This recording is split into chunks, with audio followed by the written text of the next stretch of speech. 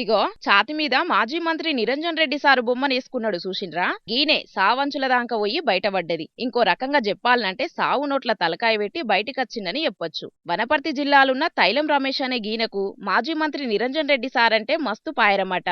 తెలంగాణ ఉద్యమం షురువైన కాన్నించి నిరంజన్ రెడ్డితోనే కలిసి పనిచేసిండట. ఇక అప్పటికెంచే సారుకు వీరాభిమానిగా మారిపోయిన గీన ఏకంగా గాయన బొమ్మను సుతం గుండెల మీద పచ్చబొట్టు ఒడిపించుకున్నాడు అన్నట్టు. ఇక సుట్టపొల్లను గలవనికి వనపర్తి జిల్లా పీల్రగుంటకచ్చిండట. అందరితోని మంచిగానే కలిసి మాట్లాడిండట.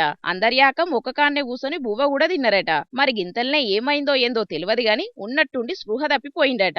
ఎంత పిలిచినా ఉలుకులేదు పలుకులేదట. ఇక అప్పటికే జీవిడిసిండనుకొని కింద వండబెట్టి మెడల పూలదండలు సుతం వేసిండ్రు. ఇక ఈ ముచ్చట్ను అందరికి మద్లబ్ చేసిండ్రట ఇంటోళ్ళు.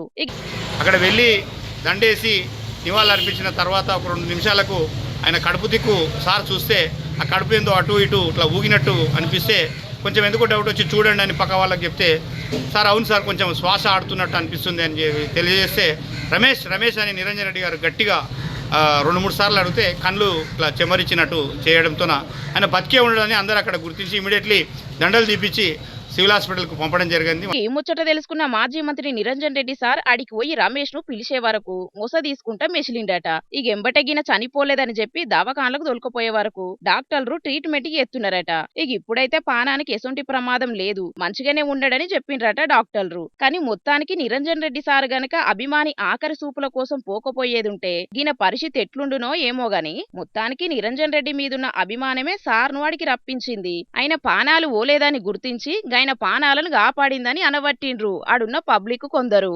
ఇక అప్పటికే జీవిడిసిండనుకొని కింద వండబెట్టి మెడల పూలదండలు సుతం వేసిండ్రు.